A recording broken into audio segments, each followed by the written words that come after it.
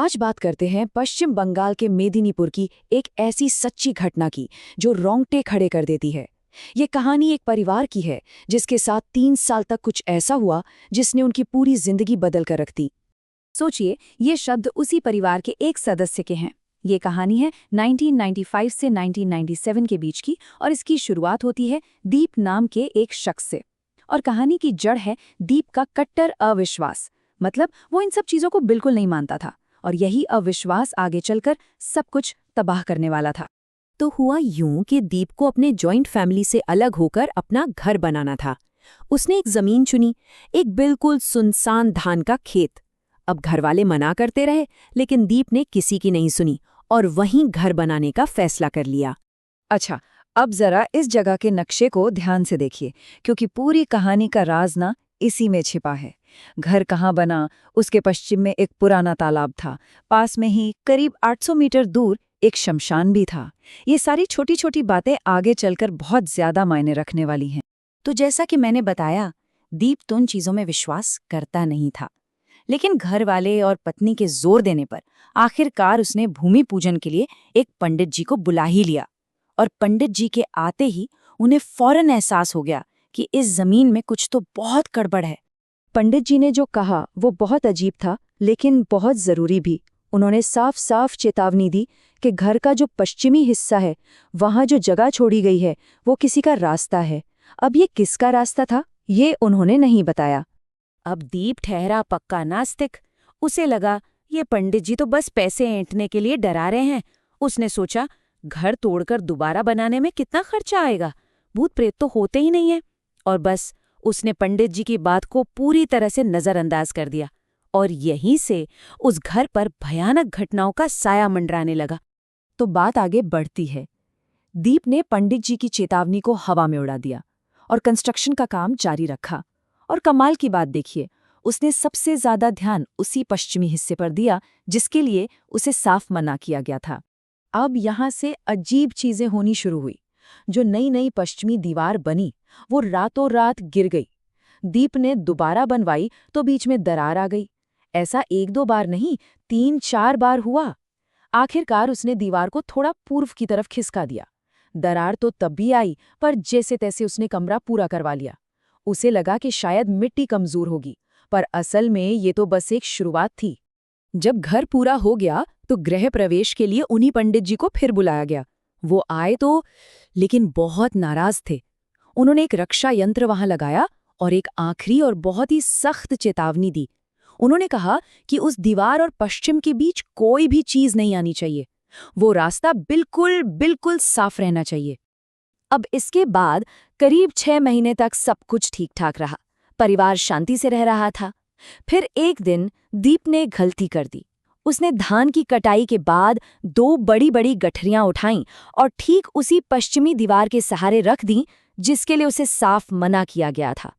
और बस यही छोटी सी गलती एक ट्रिगर बन गई। अगली सुबह जो हुआ वो हैरान करने वाला था।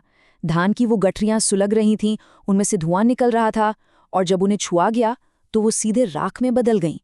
ये एक सीधी चुनौती थी। यहीं से घर का पूरा माहौल बदलने लगा।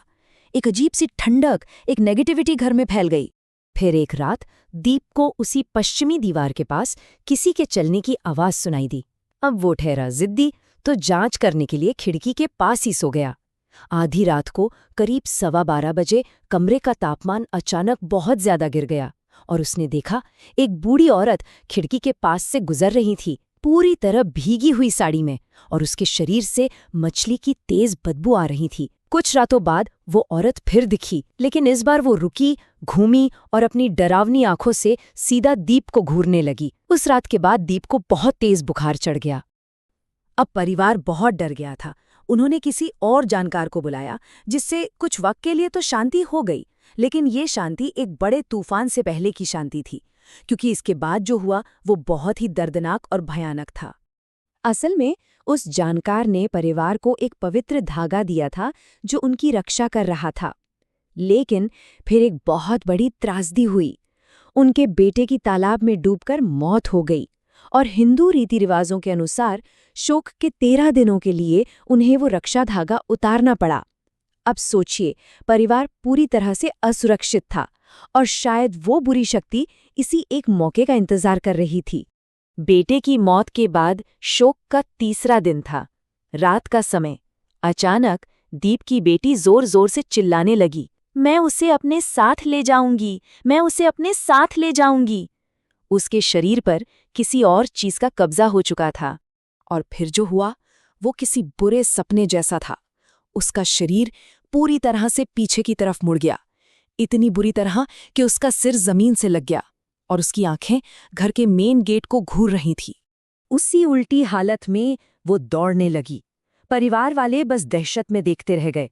वो दौड़कर घर के एंट्रेंस के पास बने एक स्टोर रूम में घुस गई और उस स्टोर रूम में शोक के रीति रिवाजों के लिए रखी कच्ची मछलियों को वो चबा चबाकर खाने लगी। ये नज़ारा देखकर पूरे परिवार की रूह कांप गई। इसके बाद भी हमले बंद नहीं हुए। परिवार ने एक तांत्रिक को भी बुलाया, लेकिन वो इतना डर गया कि बीच में ही सब कुछ छोड़कर भाग गया। अब उनके पास सिर्फ एक आखिरी उम्मीद बची थी, एक बहुत ही बुजुर्ग और जानी मानी ओझा, जिन्हें लोग धूरी माता कहते थे।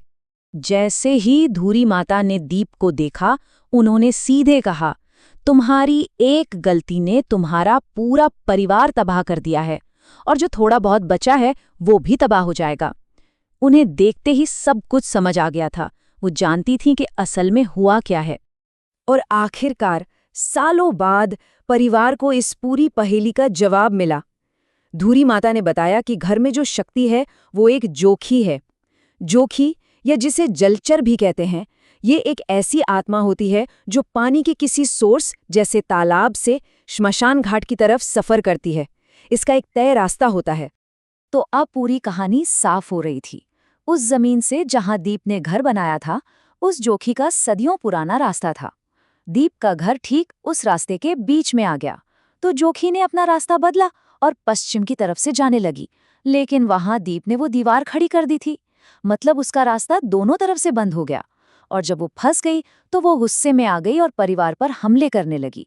देखिए कैसे एक अविश्वास और कुछ गलत फैसलों ने एक पूरी त्रासदी को जन्म दिया। तो उस जोखी के हमलों की वजह से परिवार ने क्या क्या नहीं झेला। बेटा तालाब में डूब गया, बेटी पर साया आ गया, पत्नी का हाथ बुरी तरह जल गया और दूसरे बेटे की जान भी जाते जाते बची। आखिर में धूरी माता ने एक लंबा अनुष्ठान किया और घर को हमेशा के लिए सुरक्षित कर दिया। परिवार को तो मुक्ति मिल गई, लेकिन इस पूरे अनुभव ने दीप को एक नास्तिक से एक पक्का आस्तिक बना दिया। ये कहानी जो उस परिवार ने खुद बताई है, हमें सोचने पर मजबूर करती है। क्या सच में हमारी समझ से परे भी कुछ ताकतें मौजूद हैं? और अगर हैं, तो अविश्वास की कीमत क्या हो सकती है?